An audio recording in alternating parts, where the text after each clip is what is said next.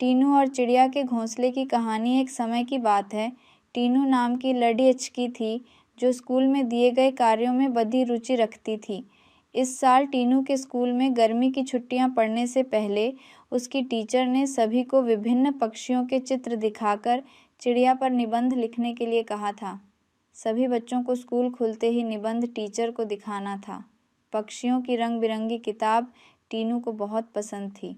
जब टीचर ने बताया कि उन पर निबंध लिखना है और सबसे अच्छा लिखने वाले को इनाम में वह किताब मिलेगी, तो टीनू खुश हो गई। टीचर ने सभी पक्षियों से जुड़ी कुछ कहानियाँ भी बच्चों को सुनाई।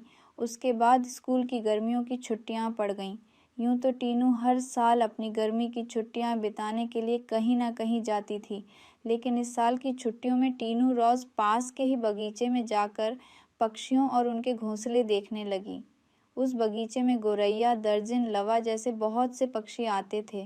टीनू बगीचे में आने वाली हर चिड़िया को पहचानने की कोशिश करती और उन्हें गौर देखती रहती। तभी एक लवा पक्षी ने आकर टीनू द्वारा बनाए गए घोंसले को तोड़ दिया। अब टीनू ने मुंह लटका लिया। तब उसे उसकी माँ ने समझाया कि तुम्हें दुखी नहीं होना चाहिए। देखो, तुम्हारे द्वारा इस्तेमाल की गई चीज़ों से ही लवा पक्षी अपने लिए घोंसला बना रहे हैं। हो सकता है कि इन्हें दूसरों का बनाया हुआ घोंसला पसंद नहीं आता हो। दुखी मन से टीनू ने कहा, माँ, मैं अपने स्कूल के निबंध में यह सब कुछ लिखूंगी। कुछ देर बाद टीनू ने कहा, माँ, आपने देखा कि लवा पक्षी अपना घर झाड़ियों में बना रहे हैं। जवाब में टीनू की माँ बोली, हाँ बेटा, मैंने सुना था कि लवा पक्षी अपना घोंसला किसी के घर के रोशनदान या पेड़ पर ही बनाते हैं। आज यह नई बात पता चली है।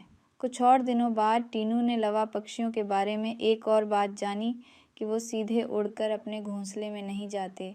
घोंसले से कुछ दूर ठहरकर इधर उधर कूदते हुए वो अपने घोंसले तक पहुंचते हैं, ताकि किसी को उनके घोंसले का पता न चले।